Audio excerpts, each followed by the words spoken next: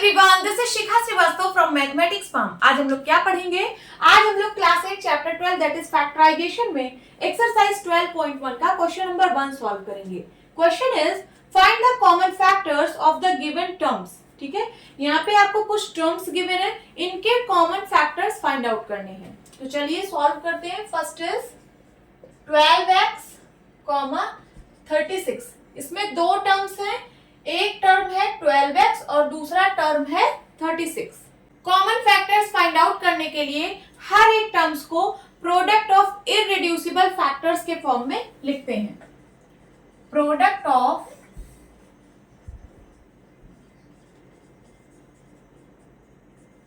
Irreducible factors के form में लिखते हैं। इररिड्यूसिबल का क्या मतलब होता है कि जिसको आप और ज्यादा रेड्यूस ना कर सको। फॉर एग्जाम्पल 12 के प्रोडक्ट ऑफ फैक्टर्स क्या क्या होते हैं? 6 इंटू 2, 6 2 जा 12, ओके। और 12 के प्रोडक्ट ऑफ फैक्टर्स क्या होते हैं? 3 इंटू 4, 4 3 जा 12, ओके। बट हमें इस तरीके से नहीं लिखना है। क्यों नहीं लिखना है? क्योंकि जो इसके फैक्टर्स हैं वो अभी और रिड्यूस होंगे, और रिड्यूस हो रहे हैं। कैसे? 4 को मैं लिख सकती हूँ 2 इंटू 2, 6 को मैं लिख सकती हूँ 2 इंटू 3। ठीक है, तो आपको प्रोडक्ट ऑफ फैक्टर्स इस तरीके से लिखने हैं कि वो और ज्यादा रिड्यूस ना हो। ठीक है, तो 12 के प्रोडक्ट ऑफ इररिड्यूसिबल फैक्टर्स कैसे आप लिखेंगे? 2 इंटू 2 इंटू 3, 2 2 जा 4, 4 3 जा 12। ये देखिए कि और ज्यादा रिड्यूस अब नहीं हो सकता, इसके जो फैक्टर्स हैं वो और ज्यादा रिड्यूस नहीं हो सकते। तो समझ में आया कि इररिड्यूसिबल का क्या मतलब होता है। ठीक है, तो चलिए क्वेश्चन सॉल्व करते हैं। इन दोनों टर्म्स को प्रोडक्ट ऑफ इररिड्यूसिबल फैक्टर्स के फॉर्म में लिखते हैं। 12x ये हो जाएगा 2 इंटू 2 इंटू 3, 3 2 जा 6, 6 2 जा 12 इंटू x। और 36 को क्या लिखेंगे? 2 इंटू 2, 2 2 जा 4, 4 3 जा 12, 12 3 जा 36। अब कॉमन फैक्टर्स क्या होंगे? कॉमन फैक्टर्स ये देखिए 2 कॉमन है, फिर से 2 कॉमन है और एक 3 कॉमन है, तो हो जाएगा 2 into 2 into 3 is equal to 3 2 जा 6, 6 2 जा 12। तो इन दोनों टर्म्स का कॉमन फैक्टर क्या आ गया? 12। This is the answer. Note down, erase करती हूं।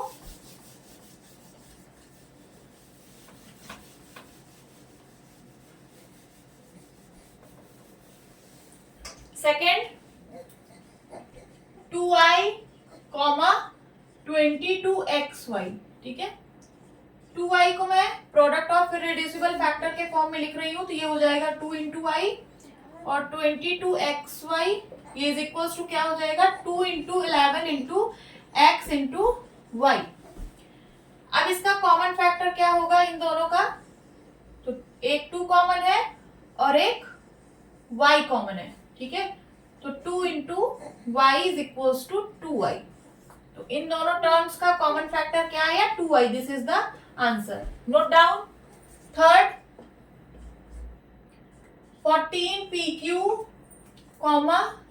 28p square q square. 14pq को मैं लिख सकती हूँ 2 इंटू 7, 7 2 जो 14 होगा, into p into q। 28p square q square को मैं लिख सकती हूँ 2 इंटू 7, 7 2 जा 14 एंड 14 2 जा 28, इंटू 2 कर दीजिए, इंटू p स्क्वायर है तो इसको मैं लिख सकती हूँ p into p, q square है इसको मैं लिख सकती हूँ q into q। Common factor क्या आएगा इन दोनों का? तो देखिए 2 कॉमन है, 7 कॉमन है और एक ये p कॉमन है, ओके, और एक ये q कॉमन है। ठीक है, तो कॉमन फैक्टर क्या आया? 2 into 7 into p into q is equal to 7 2 जा 14pq। ये आ गया इसका common factor. Please note down, erase करती हूं। नाउ फोर्थ में देखिए 3 टर्म्स हैं। 2x एक टर्म, दूसरा टर्म है 3x स्क्वायर और तीसरा टर्म है 4। इन तीनों टर्म्स का कॉमन फैक्टर बताना है। ठीक है, तो 2x को मैं लिख सकती हूँ 2 इंटू x, 3x स्क्वायर को मैं लिख सकती हूँ 3 इंटू x इंटू x, 4 को मैं लिख सकती हूँ 2 इंटू 2। ठीक है, तो कॉमन फैक्टर क्या होगा इन तीनों का? जो तीनों में कॉमन हो, तो देखिए तीनों में कुछ कॉमन है, देखिए 2 यहाँ पे है, 2 यहाँ पे है, बट 2 इसमें नहीं है, तो 2 कॉमन नहीं है। यहाँ पे x है, यहाँ पे x है, बट यहाँ पे x नहीं है, ठीक है, कॉमन नहीं है। तो देखिए इसको मैं इंटू 1 भी लिख सकती हूँ, तीनों में मैं मल्टीप्लाई 1 करा सकती हूँ, क्योंकि 1 को मल्टीप्लाई कराने पे रिजल्ट नहीं बदलता है। 2 इंटू एक्स इंटू 1 क्या होगा, 2x ही होगा। 3 into x into x into 1 3x square ही होगा। 2 इंटू 2 इंटू 1 4 ही होगा, ठीक है। तो तीनों में कॉमन क्या है, 1 है, ओके। तो इसका कॉमन फैक्टर क्या होगा, 1। नोट डाउन करिए। नाउ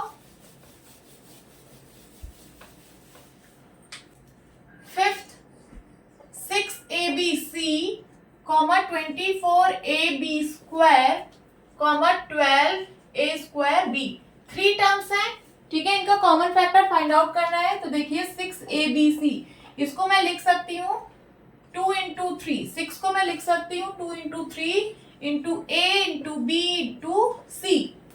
24ab स्क्वायर, 24 को ब्रेक करिए, कितना हो जाएगा, 2 इंटू 3, 3 2 जा 6 एंड 6 4 जा 24 होता है, और 4 को ब्रेक करिए इंटू 2 इंटू 2, ओके। देखिए 2 3 जा 6, 6 2 जा 12 एंड 12 2 जा 24 into a into b square है, तो मैं b इंटू b लिख रही हूँ। और थर्ड टर्म क्या है, 12a स्क्वायर b, 12 को ब्रेक करिए, कितना हो जाएगा, 2 इंटू 3, 3 2 जा 6 एंड 6 2 जा 12, a स्क्वायर हो जाएगा a इंटू b, ओके। अब कॉमन फैक्टर बताइए कि तीनों टर्म्स का कॉमन फैक्टर क्या होगा। Common factor is equals to, देखिए तीनों में 2 है तो 2 कॉमन है, और देखिए तीनों में 3 है, 3 कॉमन है, और क्या कॉमन है, तो a कॉमन है, देखिए तीनों में a है, और देखिए तीनों में b है,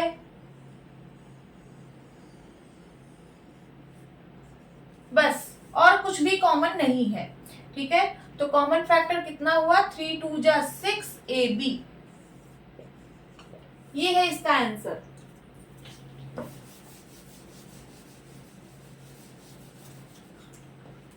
नाउ सिक्स्थ में है 16x cube comma minus 4x square comma 32x, 3 terms हैं। पहला टर्म है 16x क्यूब, दूसरा टर्म है माइनस 4x स्क्वायर, और तीसरा टर्म है 32x, ओके। तो 16x क्यूब, इसको ब्रेक करिए, 16 को मैं लिख सकती हूँ 2 इंटू 2 2 2 जा 4 4 2 जा 8 एंड 8 2 जा 16, ओके। और x क्यूब को मैं लिख सकती हूँ x इंटू x। अब माइनस 4x स्क्वायर है, माइनस 1 इंटू 4 को लिख सकती हूँ 2 इंटू 2, देखिए 2 2 जा 4 एंड माइनस 1, तो 4 इंटू माइनस 1 माइनस 4 होगा, x स्क्वायर है इंटू x, 32x, 32 को ब्रेक करिए, हो जाएगा 2 इंटू 16, 2 जा 32 होता है, ओके। तो 16 को मैंने इस तरीके से ब्रेक किया है, तो हो जाएगा 2 इंटू 2 इंटू 2 इंटू 2, 16 2 जा 32 इंटू x। अब कॉमन फैक्टर बताइए। तो देखिए तीनों में 2 कॉमन है, लिख लीजिए, फिर से तीनों में 2 कॉमन है, लिख लीजिए, और क्या कॉमन है, x कॉमन है, x, और कुछ भी नहीं कॉमन है, ओके। तो हो जाएगा क्या, 2 2 जा 4x, 4x इसका हो गया common factor.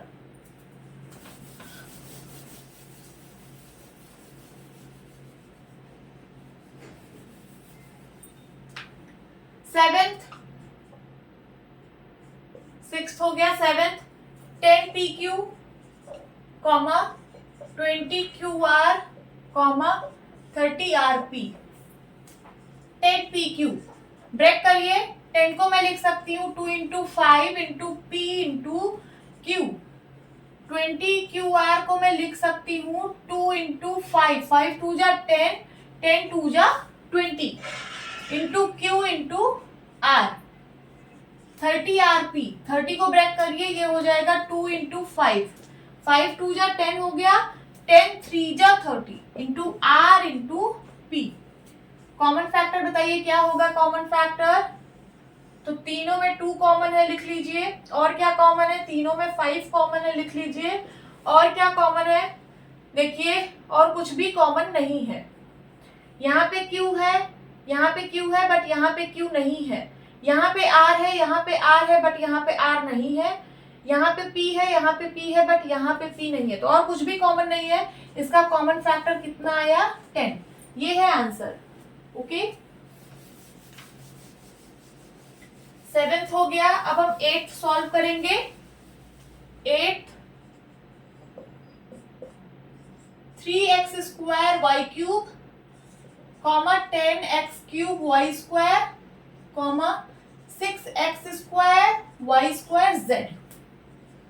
3x square y cube, इसको ब्रेक करिए तो ये हो जाएगा 3 इंटू एक्स स्क्वायर को मैं लिख सकती हूँ x into x, y into y into Y.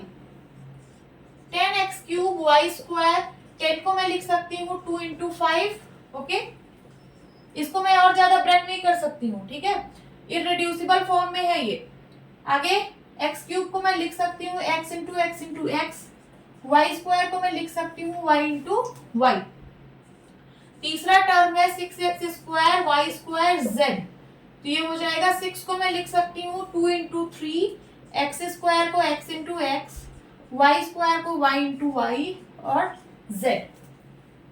Common factor क्या है? देखिए 3 यहाँ पे है बट यहाँ नहीं है, तो 3 नहीं कॉमन। 2 यहाँ पे है बट यहाँ पे नहीं है, तो 2 भी नहीं कॉमन।